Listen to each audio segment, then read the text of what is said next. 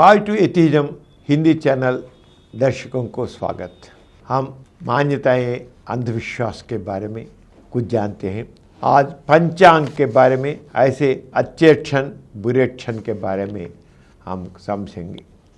इसके पहले चैप्टर में हमको ज्योतिष शास्त्र के बारे में हम समझ आए। आज इस एपिसोड में ज्योतिष और पंचांग के बारे में समझेंगे। ज्योतिष और पंचांग सभी सूर्य, ग्रहों और राशियों की स्थिति पर आधारित होते हैं। इन ग्रहों और राशियों के कारण कई अच्छी और बुरी बातें बताई जाती हैं। अच्छी और बुरी चीज़ों का श्रेय निर्जीव वस्तुओं को देना, उनका प्रभाव मनुष्य के जीवन और अस्तित्व पर पड़ना, ये सब सरासर मूर्खता है। मनुष्य तो एक्टिव, उस पर निर्जीव चीज़ों का प्रभाव क्या, ये ग्रहों का, तारों का, सूर्य का प्रभाव कुछ भी नहीं होता। ये सब अंधविश्वासों की वजह से ये सब कुछ बनाता है। ये पंचांग में इन सबको बताते हैं, देखेंगे क्या होता है, क्या है, क्या बकवास है उसके बारे में। साधारणतः शुभ अशुभ की गणना पंचांग के अनुसार की जाती है। पंचांग में 5 होते हैं: तिथि, वार, नक्षत्र, योगा और करण। इनके नाम 5 अंग होते हैं। इनके आधार पर ग्रहों की अच्छी और बुरी दृष्टि का निर्धारित किया जाता है। यह स्थापित किया गया है कि पृथ्वी के अपने चारों ओर घूमने में एक दिन, चंद्रमा के लिए पृथ्वी के चारों ओर एक बार लौटने के लिए 1 महीना और पृथ्वी के लिए सूर्य के चारों ओर घूमने में 1 वर्ष होता है। ज्योतिष चक्र के अनुसार इस काल को 12 राशि में बांटा गया है। प्रत्येक भाग में नक्षत्र का नाम अलग अलग रखा गया है। ज्योतिष शास्त्र के अनुसार कुल 27 नक्षत्र हैं। ये पहले ही जरा अजीब बात है। हम तो देखते हैं मिलियंस ऑफ तारे आकाश में दिखते हैं, लेकिन ये पंचांग में, ज्योतिष शास्त्र में केवल 27 नक्षत्र ही भूत बोलते हैं।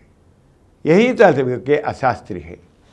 प्रत्येक तारा 4 चरण में विभाजित है। फिर क्या करते हैं, हर हर स्टार को 4 चरणों में विभाजित करते हुए विभाजित हुआ है। ऐसा कहा जाता है कि यदि कोई शुभ कार्य करने का निर्णय लेना हो तो कार्य की शुभता, अशुभता, सफलता और विफलता राशि, सूर्य, चंद्रमा और सितारों पर निर्भर होता है। परंतु वैज्ञानिक दृष्टि से सोचने पर ये सभी अवैज्ञानिक है या मूर्खतापूर्ण प्रतीक होता है। ऐसा माना जाता है कि ग्रहों की अच्छी और बुरी दृष्टि के अनुसार ही अच्छा और बुरा परिणाम होता है। क्या ग्रहों की अच्छा और बुरा परिणाम होता है? निर्जीव ग्रहों को शुभ अशुभ बताना व्यर्थ है। रवि, कुज, शनि, राहु और केतु को अशुभ ग्रह माना जाता है। देखिए, कुछ ग्रह शुभ ग्रह और अशुभ ग्रह है। चंद्रमा, बुध, बृहस्पति और शुक्र को शुभ ग्रह माना जाता है।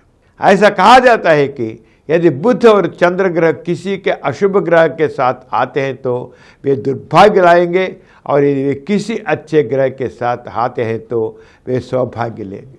देखना क्या है, कितना बकवास है सब कुछ। ग्रहों में मित्र और शत्रु ग्रह होते हैं।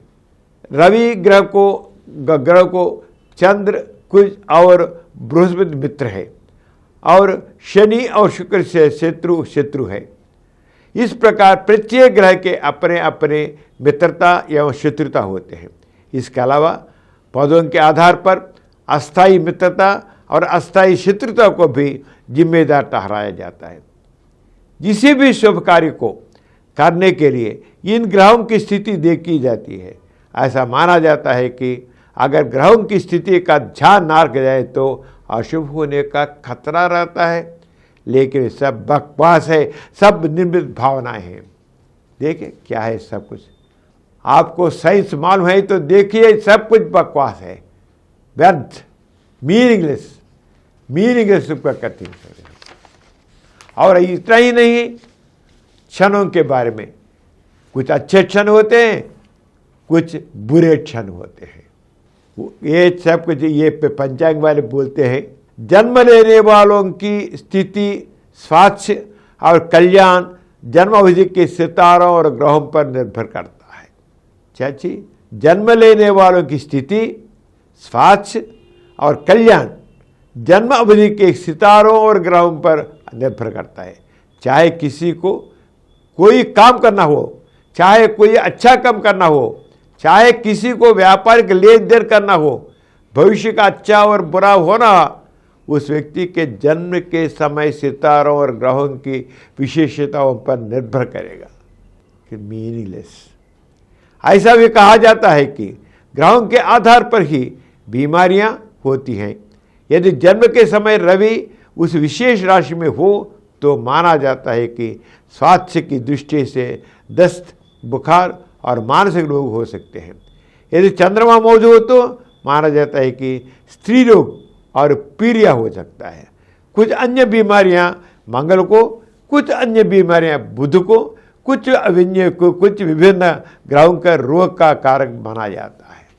ये सब क्या क्या कितना मीनिंगलेस, अवैज्ञानिक है। मुहूर्त की ताकत नहीं है, कोई शुभ या अशुभ घड़ी नहीं होती। जो समझे शुभ घड़ी या अशुभ घड़ी, ऐसा नहीं होती। तिथि, सप्ताह और नक्षत्र की अच्छा या बुरा बताना व्यर्थ है। यदि आपको खगोल विज्ञान की थोड़ा सा समझ है तो आपको पता होगा कि ग्रहों को अच्छी और बुरी चीज़ें सौंपने कोई मतलब नहीं है, लेकिन किसी भी कार्य को करने के लिए वर्ज्यम, सप्ताह, तिथि और नक्षत्र को देखना पड़ता है। अगर आपके पास वैज्ञानिक ज्ञान और वैज्ञानिक दृष्टिकोण है तो आपको पता चल जाएगा कि इसे देखना कितना निरर्थक है। विवाह समारोह शुभ मुहूर्त में होने से अच्छा रिश्ता बनेगा, ऐसा समझते हैं कि विधिया, तदिया, पंचमी, सप्तमी, दशमी, एकादशी, त्रयोदशी आदि। वैसे ही बुध, बृहस्पति, शुक्र, शनिवार और अश्विनी, मृगशिरा, पुनर्वसु, पुष्यमी, हस्त, चित्रा, अनुराधा, श्रवणम, धनिष्ठा, शतिभूषण, रेवती नक्षत्र विवाह के लिए अच्छे हैं। इस प्रकार विवाह कार्य को आरंभ करने के लिए, मंडप बिछाने के लिए, विवाह के मंच पर बैठने के लिए, पुत्रवाह, कन्या विवाह, विवाह सत्यनारायण स्वामी व्रत, गर्भाधान के लिए सभी राशियों, नक्षत्रों और ग्रहों को देखना पड़ता है। लेकिन बेशक ये मानव जीवन को निर्देशित नहीं करते हैं। समझ लिए, जो कुछ वो पर बताए सब कुछ व्यर्थ हैं, उसमें किसी प्रकार का नर्थ नहीं है। परिक्रमा करना, शिशु को गर्भ में लाना, शिशु को नहलाना, शिशु को पालने में खुद सुलाना, शिशु का नामकरण करना, शिशु की नई पीप बांधना, शिशु को सास के पास भेजना, इन सभी में तिथिवार को देखना शामिल है। ये सभी मीनिंगलेस। बच्चे के दूध पिलाने, कान और नाक में चिटवाने, सिर के बाल उखाड़ने, बच्चे को नए कपड़े पहनाने, वर्णमाला सीखने के लिए उपनयन कराने का अच्छा समय होता है।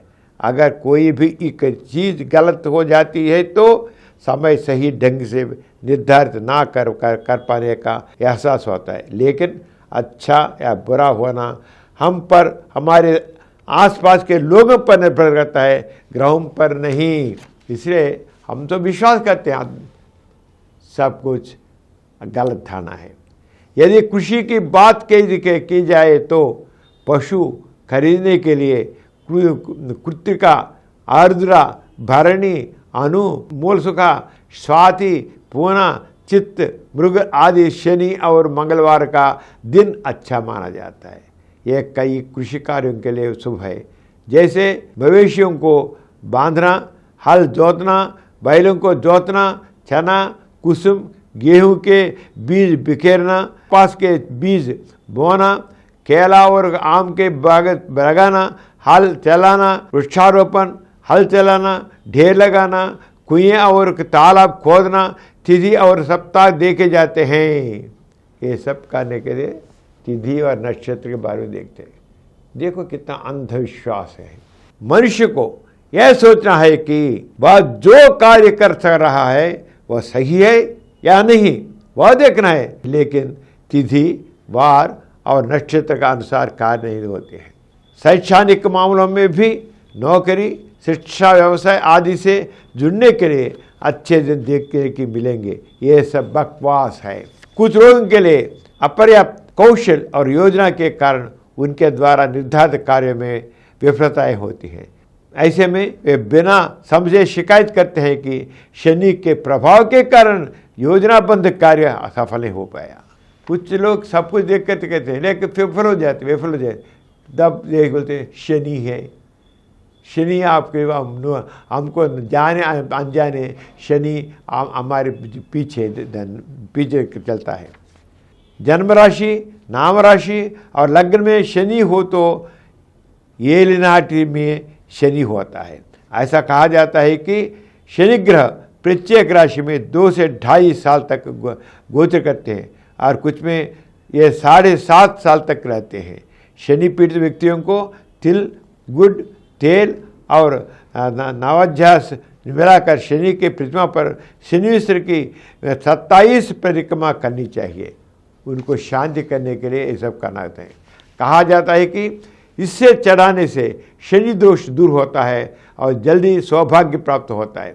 यदि आप मृत्युंजय, नवग्रह होम और दान करते हैं तो आपको जल्दी ही सौभाग्य प्राप्त होगा। दीक्षा 40 दिन तक करनी चाहिए। ये सभी निरर्थक है। ये दीक्षा करना, शांति करना, ये सब निरर्थक है और निरर्थक गतिविधियाँ हैं। उन यज्ञों और होमों पर पैसा कमाने के लिए जीने वालों से अधिक कुछ नहीं है। कुछ लोग उन पर जीते हैं, उनका यह सब अर्निंग है। इसे ये ग्रह नक्षत्र मनुष्य पर अपना प्रभाव डालना नहीं छोड़ते। कोई भी जानकार ऐसी बातों पर विश्वास नहीं कर सकता। अशुभ नक्षत्र में रजस्वला स्त्रियों तथा और गंड नक्षत्र में जन्मे शिशुओं की शांति के लिए 9 प्रकार की शांति की जाती है। अनुष्ठानों में तेल में छाया देखना एंड रुद्राभिषेक, सूर्य नमस्कार, मृत्युंजय जापान, नक्षत्र जापान, नवग्रह जापान, होमम, सुभाषिनी पूजा, समाराधना आदि शामिल है। ये सब बकवास है। वह जो कुछ लोग मानवीय कमजोरी के साथ खेलते हैं।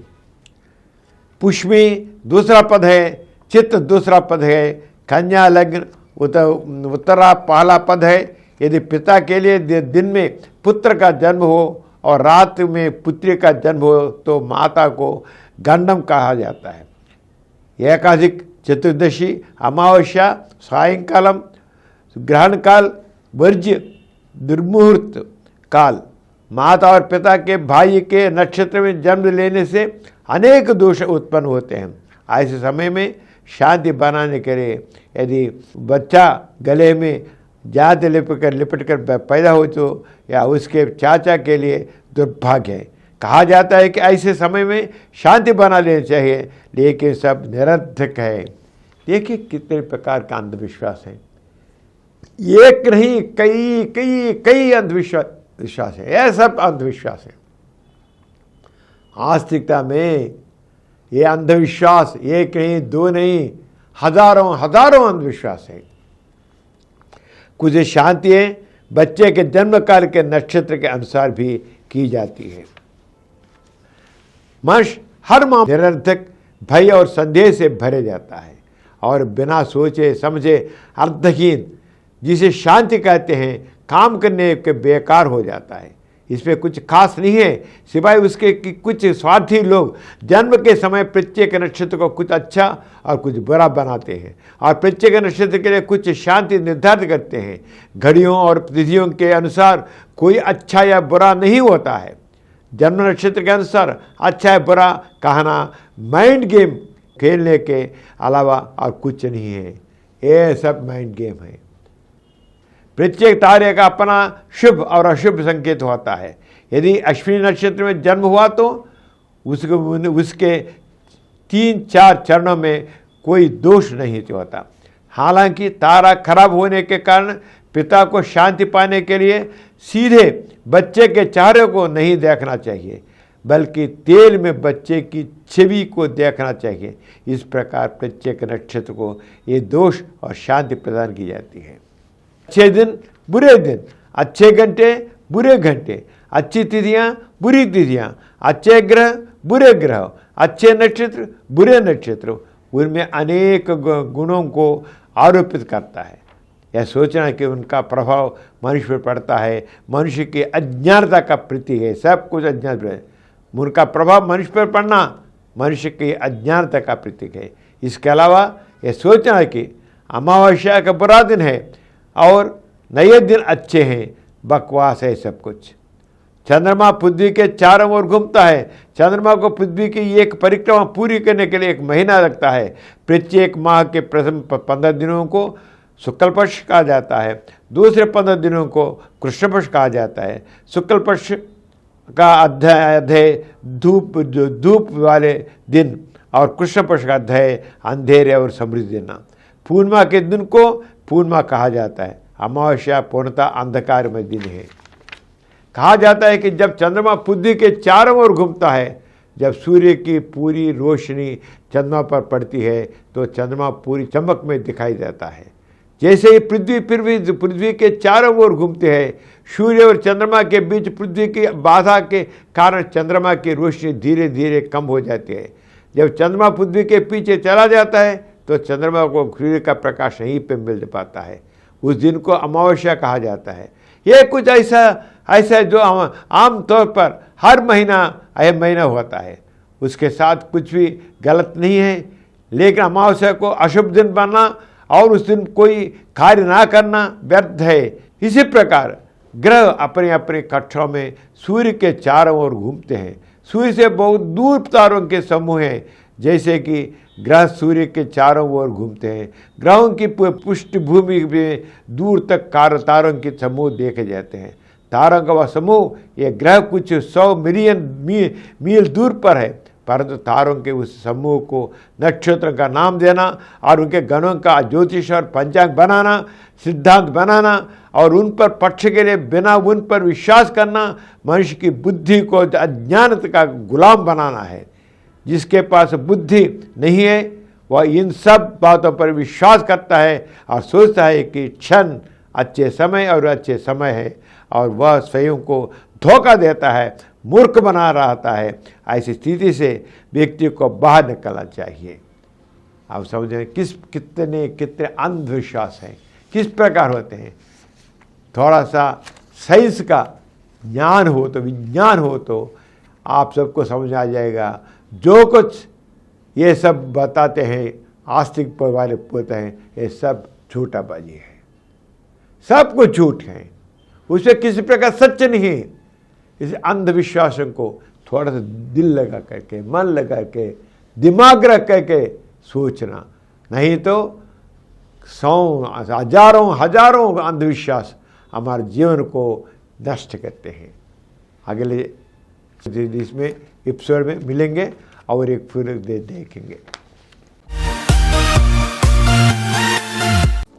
और कुछ वीडियो के लिए 20 करोड़ व्यूज प्राप्त किया समरन चैनल समर्पित पॉजिटिव एथीज्म हिंदी चैनल को सब्सक्राइब कीजिए, लाइक कीजिए, शेयर कीजिए और नीचे हुए घंटे के निशान पर दबाइए।